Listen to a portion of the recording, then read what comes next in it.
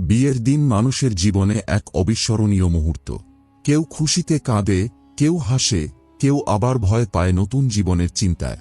কিন্তু আজ যে বিয়ের গল্প আপনি শুনতে যাচ্ছেন, সেটা এমন এক প্রতারণার গল্প যেখানে রঙিন সাজের ভিতর লুকিয়েছিল অন্ধকার সত্য, আর সেই সত্য সামনে আসতেই ভেঙে পড়ে পুরো পরিবার।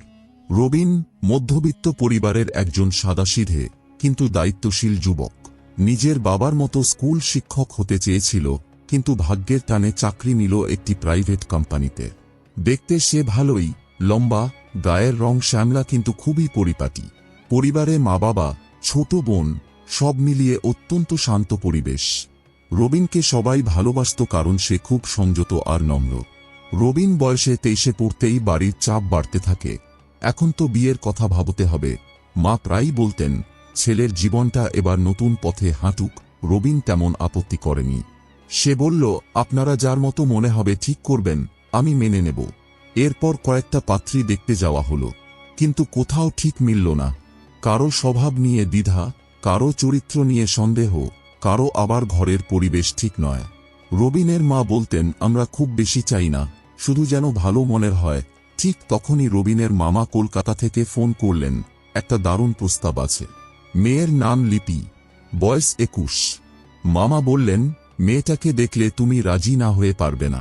একেবারে ছবির নায়িকা, গায়ের রং দুধে আলতা, হাসলে গাল দুটি টোল পড়ে, শরীরে এক ফোঁটা বাড়তি মাংস নেই। এক কথায় নিখুঁত। রবিনের বুকে যেন একটু স্পর্শ লাগল। সে অত সুন্দর মেয়ের স্বপ্ন কখনো দেখেনি। তার মা বোনও খুব উৎফুল্ল। সবাই মিলে ছবির অপেক্ষা করতে লাগল। কিছুক্ষণ পরে হোয়াটসঅ্যাপে আসে 3টি ছবি।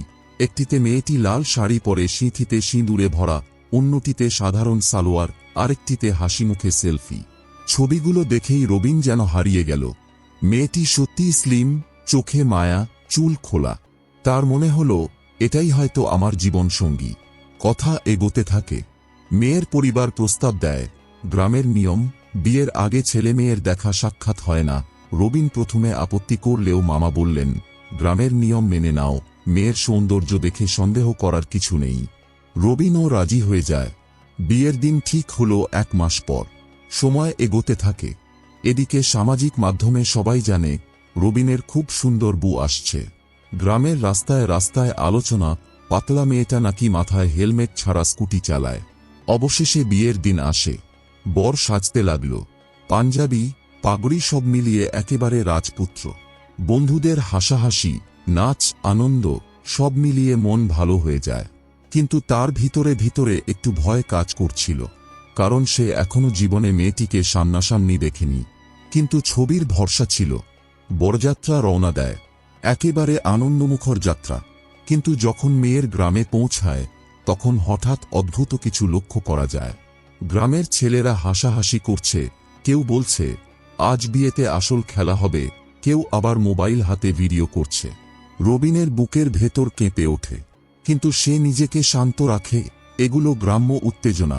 মেয়ের বাড়ি যেই সামনে দেখা যায়, রবিন অবাক হয়ে দেখে, সবাই দাঁড়িয়ে, যেন কারো অপেক্ষা। বর আসার সঙ্গে সঙ্গে ফিসফাস শুরু হয়, দেখ এবার কি হয়। মঞ্চে বসানো হয় রবিনকে। লোকজন রীতিমতো সারি বেঁধে বরকে দেখছে। কিন্তু মেয়ের পক্ষের আচরণ অদ্ভুত রকম চুপচাপ। সবাই এক ধরনের টেনশনে। সমস্ত আচার অনুষ্ঠানের পর অবশেষে ঘোষণা দেওয়া হলো, কনে আসছে। ঢাকের শব্দ বাড়তে থাকে। মেয়ে মুখ ঢেকে এগিয়ে আসছে। রবিনের চোখ জ্বলজ্বল করছে, মনে মনে ভাবছে, আজ স্বপ্নের মেয়েটিকে দেখব। কিন্তু মেয়ে যখন সামনে এলো, তখন রবিন যেন যাকে বলে জমে গেল। মেয়েটা সেই ছবির পাতলা লিপি নয়। না, মোটেও নয়। বরং সে যথেষ্ট মোটা, হাঁটার সময় বুক উঠানামা করে, পেটের অংশ শাড়িতে আটকে যাচ্ছে। মুখটাও ছবির মতো তত ধারালো নয়। চোখে ভয়, মুখে চাপ। রবিনের চোখ অন্ধকার হতে লাগল। সে যেন ভাবতেই পারছিল না, এটা কিভাবে সম্ভব। বন্ধুরা হতভম্ব। গ্রামের লোকেরা ফিসফাস করছে, দেখ, পাতলা মেয়ের বদলে মোটা মেয়েকে বিয়েতে পাঠিয়েছে। কেউ আবার হাসছে, দিনের বেলায় এমন ধোঁকা। রবিন দাঁড়িয়েই মেয়ের বাবা মাকে জিজ্ঞেস করে, ছবির মেয়েটা কোথায়? আমাকে কি ঠকানো হলো? মেয়ের বাবা বিরক্ত গলায় বলে, মেয়ের শরীর খারাপের জন্য এমন হয়েছে। ছবি 2 বছর আগের। তাহলে কি হবে? একই মেয়ে নয়। রবিন রাগ চেপে রেখে বলে, তাহলে আগে থেকে জানালেন না কেন? আপনারা জানতেন আমরা পাতলা মেয়েকে ভেবে রাজি হয়েছি। এবার পরিবেশ উত্তপ্ত হয়ে যায়। সবাই ভিডিও করছে, কেউ লাইভ দিচ্ছে। মেয়েটি হঠাৎ কাঁদতে শুরু করে। সে এগিয়ে এসে বলে, আমিও চাইনি এমন হোক। আমিও তোমাদের ভয় পেয়েছিলাম। আমাকে জোর করে সামনে আনা হয়েছে। আমি জানি তোমরা পাতলা মেয়েটাকেই আশা করেছিলে। তার কান্নার শব্দে রবিনের মন একটু নরম হয়।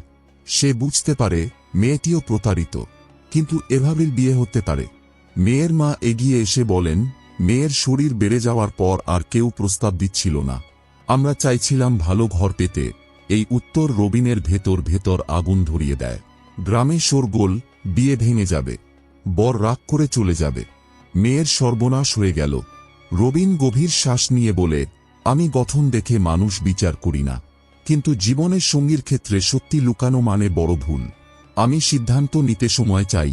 সবাই থমকে যায়। মেয়েটি কান্না থামিয়ে বলে, তুমি যদি চাও আমি তোমাকে নতুন করে বুঝতে চেষ্টা করব। তার কণ্ঠে আত্মসমর্পণ, কিন্তু সঙ্গে একটা আশাও। রবিন তাকিয়ে থাকে মেয়েটির দিকে। তার চোখে কোনো মেকআপ নেই, শুধু ভয় আর সত্য।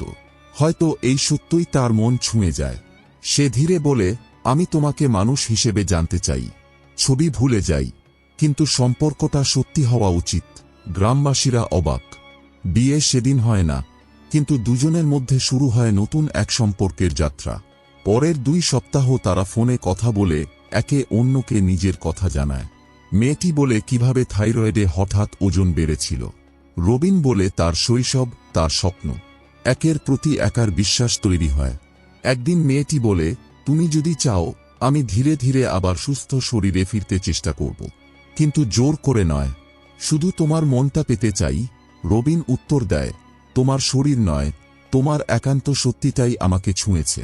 এবার 2 পরিবার আবার বসে। এবার কোনো লুকোচুরি নেই। সবার সামনে মেয়েটি সোজা হয়ে দাঁড়ায়, গর্ব নিয়ে, লজ্জা নয়। রবিন তার পাশে দাঁড়িয়ে সবার সামনে বলে, আমি এই মেয়েকেই বিয়ে করব, কারণ সে সত্যি প্রতারণা নয়। গ্রাম এবার হাততালিতে ফেটে পড়ে। যে বিয়ে একদিন প্রতারণায় ভেস্তে যেতে বসেছিল, আজ সত্যি আর সাহসে নতুন প্রাণ পেল। বিয়েটা হয় খুব আনন্দে। মেয়েটি আর কান্না করে না। বর এবার আর অবাক হয় না, কারণ সে এমন একজন মানুষকে বিয়ে করছে যে সত্য বলার সাহস রাখে। আজও গ্রামের লোক বলে, ধোঁকা বিয়ের রজনী সত্যির দাম্পত্য জীবনে বদলে গেছে। একটা ভাঙা সম্পর্ক নয়, বরং সত্যি দিয়ে তৈরি এক সম্পর্ক। এটাই গল্পের আসল শক্তি। এই ধরনের আরও গল্প দেখতে চাইলে আমাদের চ্যানেল সাবস্ক্রাইব করে রাখুন।